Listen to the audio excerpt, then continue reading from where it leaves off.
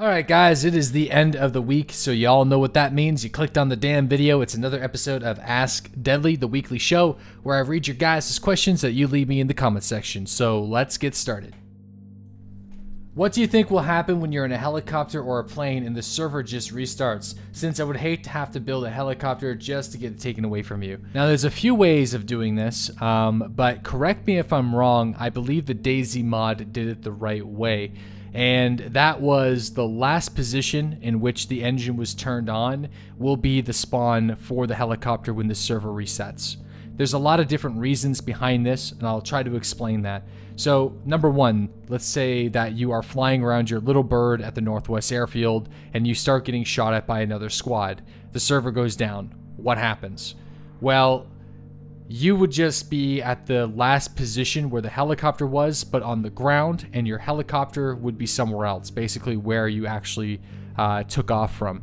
And the reason why they want to do that is you don't want to be spawning mid-air, because the engine's not going to be going on the helicopter, and the helicopter would spawn in when the server comes back up, and you may not be directly synced with that, so the helicopter would just fall out of the sky and burn.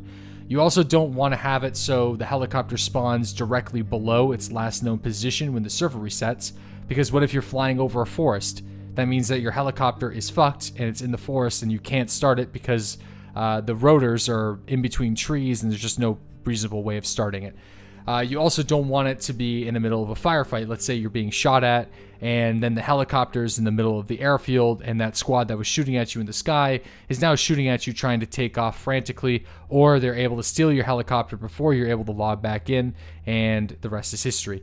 So the only real solution is just have it reset to its last stopped position. And there's actually moments where the car spawns and the vehicles were working exactly the same way. There's every now and again you'll see when you're driving around your car that you'll spawn in, but your vehicle is nowhere. Well, I'm pretty sure actually it works like this for vehicles too. The car will just be in its last known position where you actually stopped it. And that can be very annoying. If you're driving around in a vehicle for a very long time and you never get to a stationary position with that car, yeah, that would be pretty vexing to have to go all the way back and pick up your vehicle. But on the bright side, your vehicle isn't destroyed, nobody's stealing it, it's not in a terrible position, and you know where it is in comparison to other survivors, so the likeliness of you going back and picking it up is pretty high. If you guys have alternative ideas, I would love to hear them in the comment section below, but that's my take on it, and that's how the mod used to do it, and that's how Standalone is currently doing it with some of its vehicles already, with the ground cars. Do you think there'll be more options for cars in 0.63 or later on? Yes, and there's a lot of vehicles that are already confirmed coming into the game. Just check out DayZ's Trello for images, videos, animations, textures, and all sorts of different interesting stuff regarding the new vehicles and features that are currently not in the game yet but are in development. I hate how people who have never played the game or only have a few hours are telling him that DayZ is a piece of shit. Yeah, that is actually currently a problem in DayZ's recent reviews as well. You'll see people who only played the game for like an hour or two, and they leave this like multiple paragraph report on how the game is a piece of shit because their favorite YouTuber made a bash video about the game and they want to jump on the hate wagon. But it's really easy to tell when somebody has no fucking idea what they're actually talking about when they start hating on DayZ. Just ask a few questions and they usually shrivel up into a ball and they don't know exactly what to say. And also some people left the game like in 2015, 2016 during really low points of the game, and I understand that. So another thing to remember though is everyone is entitled to their own opinion. This is the internet after all. So if some people hate DayZ, then they can hate DayZ all they want. What really irks me though is they take that hate and they need to go to other streamers who are playing the game or on videos, and they need to just express how much they hate the game. Basically, just hate fucking the game as much as they can. Like, that's what somebody does. They wake up, they go to work, come home, and just try to justify their opinions by hating on other people's videos and content. It's a really weird thing. So, really, when I see somebody being extremely, excessively hateful towards myself or the game, I just feel bad for them, man, because I can't imagine like what their life must be like if the highlight of their day is seeking out things that they hate and just hating on it even more. It's very weird, but hey man, It's the internet. That's just the way things go, man. That's just the way she goes. Hey Deadly, what do you think about character customization in DayZ? Should the dev team do something more interesting? Describe things that you would like to see. I think there's one really easy thing the developers could do to vastly increase the character customization in DayZ standalone, and that is to allow players to choose any of the 2-slot shirts in the game, and also allow people to wear different types of hats and glasses from the get-go. Now, the only problem with that is sometimes people who want to dress up in their like tracksuit squads, it would make it a lot easier for somebody to organize that. But is that necessarily a bad thing? I mean, allowing players to have access to a few more rags in comparison to a large quantity of character customization options, I think the trade-off is good. You can extend that even further and allow people to select any of the 4-slot pants that aren't like significant. For example, the police uniform pants. Obviously, not allowing people to select the police gear right from the gate makes sense, but allowing people to choose different options. I think that could be a good solution to the character customization issue.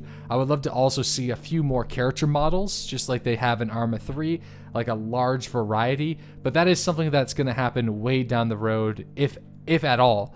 It's not really high on the priority list, I can imagine, of the developers. Hey Deadly, what feature would you like the most in DayZ? Right now, the only thing that I really want to see from the developers is a stamina and inertia system. Thanks to Escape from Tarkov in Battlegrounds, it's made me realize how bad not having those two systems implemented into a shooter game like DayZ is. I'm starting to notice it more. I think I'm finally starting to crack after 5,000 hours, and I'm getting annoyed with the rushy hipfire gameplay, even though it's kind of funny that I just uploaded a video a few days ago discussing the hipfire strategy, because I want to help you guys have better success in PvP and combat in DayZ. And unfortunately, running around and serpentining like a crazy madman and hipfiring with shotguns and assault rifles is the meta in this game. It is what a large majority of people do, and not knowing that is going to get you killed. If you play standalone like you would any of the Arma games, you're going to be dying a lot. I mean, Aces is a prime example. I mean, that guy doesn't like to be running around hip firing guns. He likes to stand in trees, he likes to be covert, he likes to play slow. But you know what? Aces dies a lot. I love you, buddy, but you die a lot. And you know why you die a lot is because that's just not the way the game is played right now without the stamina system and the inertia. But you know what? Once they add those systems into the game, players that like to shoot from a fixed position accurately and lead their shots and take people out at distance and use tactics, staying silent, using cover, they're going to be rewarded more, because whenever they shoot at a target, they're not going to be able to serpentine and dodge bullets like you're Neo from the goddamn Matrix. They're going down, just like they do in games like Tarkov and especially Battlegrounds. I love the Battlegrounds inertia and stamina system. You can basically run forever, but as soon as somebody starts shooting at you, if you don't get cover, an experienced player is going to take you out no problem, because you are limited with your movements. You can't serpentine like a crazy person in Battlegrounds. So that's what I want to see, man. That is the #1 thing I want to see from standalone in 0.63. Do you think the DayZ gas mask should be buffed so you can't go into certain areas without one? That is the intent for Tizzy Military Base. In order to go into that military base, you're going to have to wear a hazmat suit and possibly a gas mask or a respirator. And I think there's going to be like different levels. So if you go in with like a full hazmat suit, you're not going to be taking any damage. If you go in with a military grade gas mask, maybe your clothing gets contaminated. And if you go in with a respirator, you slowly take damage, but not as much as you would if you didn't have one. So that will be coming way down the road. What is the current system for spawning of the infected in DayZ standalone? What determines where and when they spawn? Will this system change soon, if ever?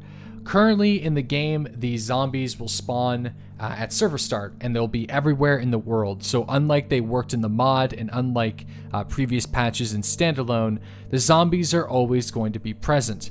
at least you're always going to be seeing them within 1,000 meters away. Now, whenever you kill a bunch of zombies, they will only respawn if another player joins your network bubble or gets close to the area.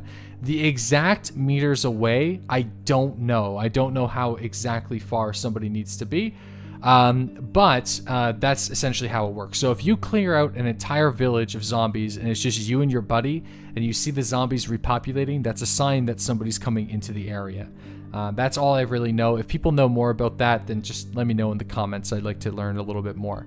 But thank you guys so much for watching. This is going to be it for this week's episode of Ask Deadly. Shorter, I know, but I got some Game of Thrones to go watch. So I'm going to be done editing. I'm going to run over with Shelby. We're going to watch the season premiere. So excited, man. Try to keep the spoilers down in the comments.